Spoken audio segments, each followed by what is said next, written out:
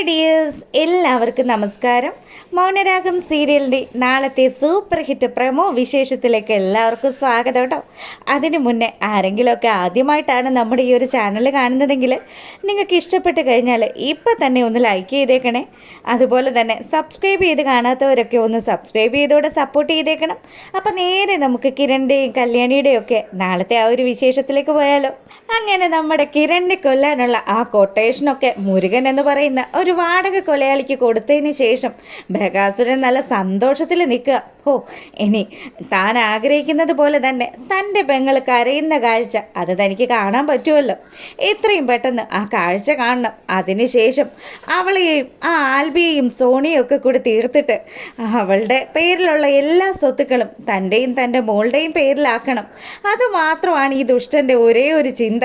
അങ്ങനെ ആശാൻ അവിടെ നിന്ന് ആലോചിച്ച് കൂട്ടുകയാണ്. അവൻ ഈ കാര്യങ്ങളൊക്കെ ഇവിടെ ആലോചിക്കുമ്പോഴത്തേക്കിനും സരയു തലയ്ക്ക് ഭ്രാന്ത് പിടിച്ച അവസ്ഥയിലാണ്.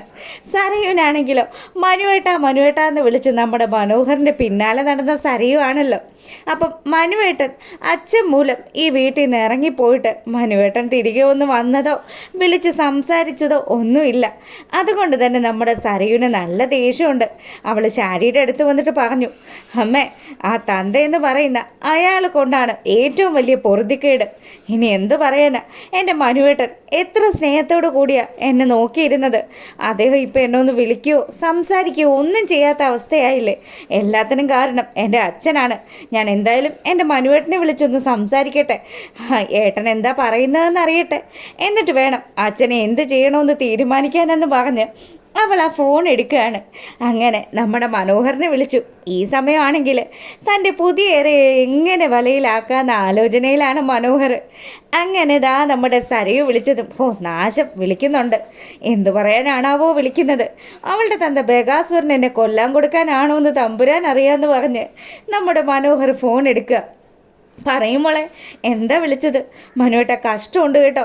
ഇവിടുന്ന് പോയിട്ട് മനുവേട്ടൻ എന്താ മടങ്ങി വരാത്തത്? എന്നെയോ കുഞ്ഞിനെയോ ഒന്നും മനുവേട്ടനെ അന്വേഷിക്കുന്നില്ലല്ലോ എന്നൊക്കെ സരയു വലിയ സങ്കടത്തിൽ പറഞ്ഞതും മനോഹറാണെങ്കിലോ, അത് ഞാൻ എങ്ങനെ വരാനോ മോളെ? അവിടെ നിൻ്റെ വീട്ടിൽ ആർക്കെങ്കിലും മനസ്സിന് സുഖമുള്ളവരുണ്ടോ? നീ ഒന്ന് ആലോചിച്ച് നോക്ക്. ഏത് സമയവും ആരെങ്കിലുമൊക്കെ ഉപദ്രവിക്കണമെന്ന് ആലോചിച്ചുകൊണ്ട് നടക്കുകയാണ് നിൻ്റെ അച്ഛൻ. അങ്ങനെ തലക്ക് സ്ഥിരതയില്ലാത്ത ആ ആൾക്കാരുടെയൊക്കെ കൂടെ ഞാൻ എങ്ങനെ വന്ന് നിൽക്കാനോ മോളെ? മോളൊന്ന് പറയ് മനുവേട്ട. അച്ഛനോട് ഞാൻ കാര്യങ്ങളൊക്കെ പറഞ്ഞോളാം. മനുവേട്ടൻ ദയവ് ചെയ്ത് വീട്ടിലേക്ക് വരണം. എനിക്ക് മനുവേട്ടനെ കണ്ടില്ലെങ്കിൽ സമാധാനം ആകില്ല എന്നൊക്കെ പറഞ്ഞ് സരയു നിന്ന് സംസാരിക്കുക. നോക്കട്ടെ മോളെ, ഞാനീ കുറച്ച് ബിസിനസ് തിരക്കുകളിലാണ്, ഞാൻ മോളെ പിന്നെ വിളിക്കാമെന്നും പറഞ്ഞ് നമ്മുടെ മനോഹർ ഫോൺ വയ്ക്കുക. അങ്ങനെ മനോഹർ പറഞ്ഞ അടുത്തേക്ക് ആ സുന്ദരി വന്ദന എത്തുകയാണ്.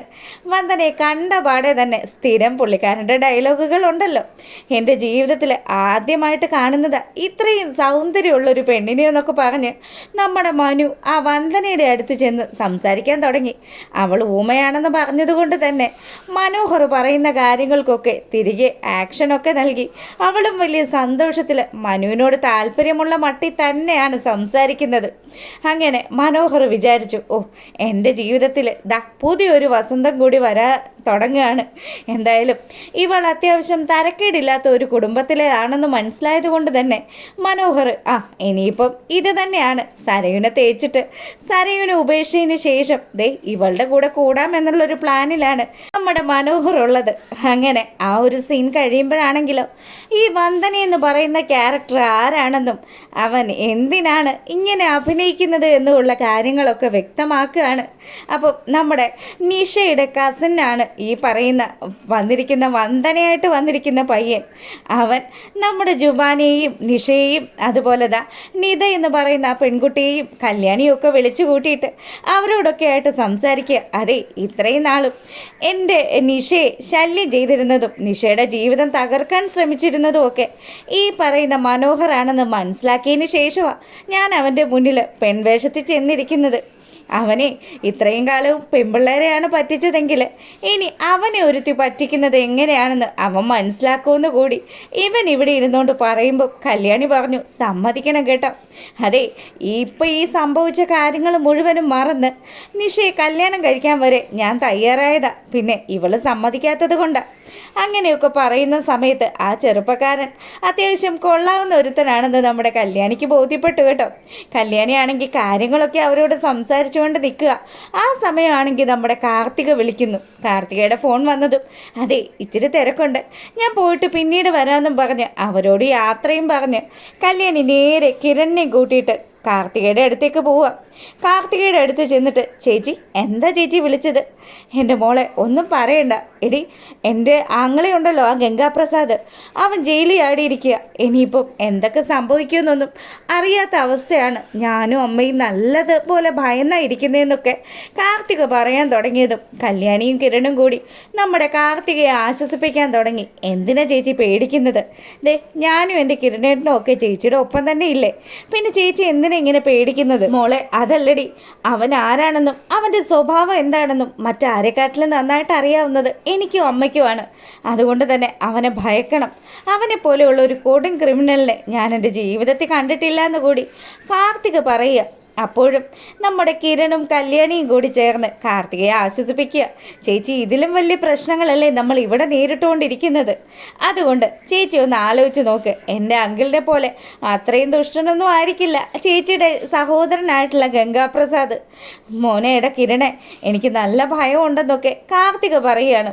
അങ്ങനെ കാർത്തികയെ ആശ്വസിപ്പിച്ച് പരസ്പരം നമുക്ക് എന്ത് പ്രശ്നങ്ങളുണ്ടെങ്കിലും പരിഹരിച്ചു പോകാമെന്നും ലക്ഷ്മി അമ്മയും കാർത്തിക ചേച്ചിയും ഞങ്ങളുടെ കൂടെ ഞങ്ങളുടെ വീട്ടിൽ താമസിക്കുന്നതൊക്കെ കിരൺ ഒരു സേഫ്റ്റിക്ക് വേണ്ടി പറയാൻ തുടങ്ങി. കാർത്തികയാണെങ്കിലോ നല്ല ടെൻഷനില്ല. ഇപ്പം ഇവിടെ ഈ പ്രകാശനും അതുപോലെ ബഗാസുരനും കാണിച്ചു കൂട്ടുന്ന ഈ അഭ്യാസങ്ങളൊന്നുമല്ല ഇനി വരാനിരിക്കുന്ന ഗംഗാപ്രസാദ് എന്ന് പറയുന്ന ക്യാരക്ടർ അതിലും ഭയങ്കരനാണെന്നൊക്കെയാണ് ഈ പ്രമോയിലൂടെ നമുക്ക് കാണിച്ചു തന്നിരിക്കുന്നത്. എന്തായാലും ബാക്കി കാര്യങ്ങളൊക്കെ കണ്ടു തന്നെ അറിയാം. എന്ത് സംഭവിച്ചാലും നമ്മുടെ കിരണും കല്യാണിയും ഒക്കെ കട്ടയ്ക്ക് നിന്ന് ഫൈറ്റ് ചെയ്യുമല്ലോ. അപ്പോൾ ദാ കിരണിന് വേണ്ടിയിട്ട് കൊട്ടേഷനും കാര്യങ്ങളും ഒക്കെ കൊടുത്ത് ബഗാസുരൻ ഈ സൈഡിലും, ഇനി ബഗാസുരൻ്റെ ഒക്കെ ചായവിൽ ഈ വരുന്ന ഗംഗാപ്രസാദും കൂടി എല്ലാത്തിനും കൂടി തീർക്കാനുള്ള പദ്ധതികളും വരെയോ എന്നുള്ളതൊക്കെ വരുന്ന എപ്പിസോഡ്സിലൂടെ മനസ്സിലാകും. അപ്പോൾ എല്ലാവർക്കും നല്ലൊരു രാത്രി ആശംസിച്ചുകൊണ്ട് ഇന്നത്തെ വീഡിയോ വൈൻഡപ്പ് ചെയ്യാണ്. അപ്പോൾ ഓക്കെ, ഗുഡ് നൈറ്റ്.